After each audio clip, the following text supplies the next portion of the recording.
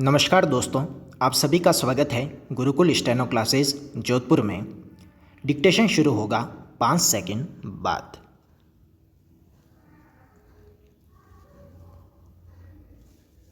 प्राचीन काल में हमारे देश में व्यक्ति के गुण और कर्म के अनुसार वर्ण व्यवस्था का निर्धारण किया गया था और उसे सामाजिक विकास के लिए न केवल उपयोगी बल्कि आवश्यक भी समझा गया था। विराम।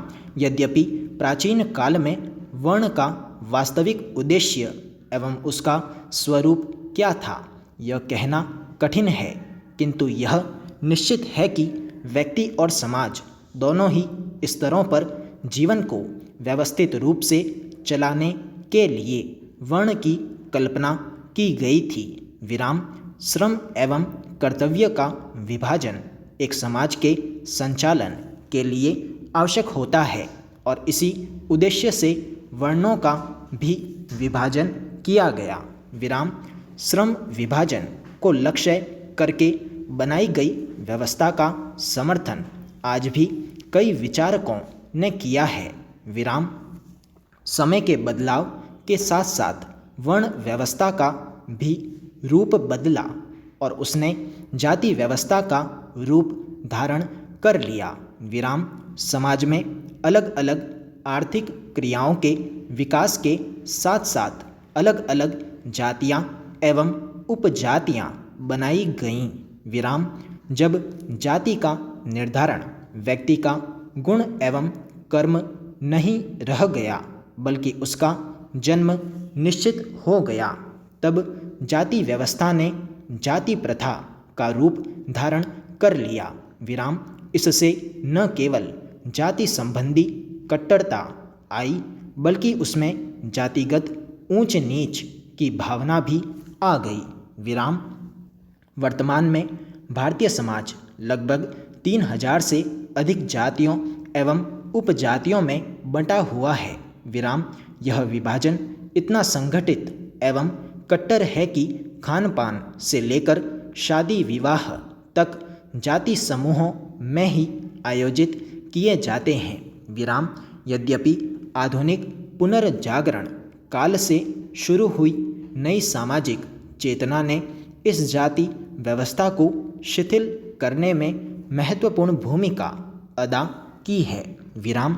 फलस्वरूप खान पान एवं विवाह अब जाति से भी परे होने लगे हैं। विराम। पैरा। भारतीय समाज के अध्येताओं ने जाति प्रथा की निम्नलिखित विशेषताएं बताते हुए कहा है कि जाति प्रथा ने भारतीय समाज को संगठित किया है।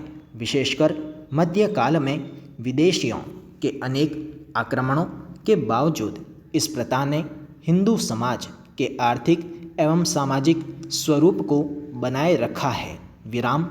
जाति व्यवस्था ने यद्यपि इस समाज को अलग अलग रूपों में बांटा है, किंतु संपूर्ण समाज के बीच आर्थिक कार्यों एवं सामाजिक सामंजस्य को लेकर भी समन्वय बनाए रखा है। विराम।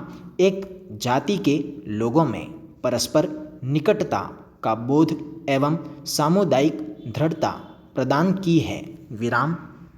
भारतीय जाति व्यवस्था में हर जाति का संपूर्ण व्यवस्था में एक स्तर है जो ऊंच नीच पर भी आधारित है तथा यह स्तर जन्म पर आधारित होने के कारण स्थिर है। विराम। जाति को भाग्यवाद से जोड़ दिया गया है और इसको एक विशिष्ट प्रकार के कर्म से भी संबद्ध कर दिया गया है। विराम।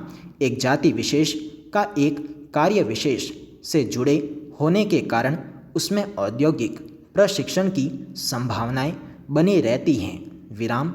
यद्यपि जाति की वजह से भारतीय समाज ने इतिहास के अनेक थपेड़ों से अपने आप को बचाए रखा है, किंतु उससे जो हानियां हुई हैं और हो रही हैं वे बहुत अधिक एवं दूरगामी हैं।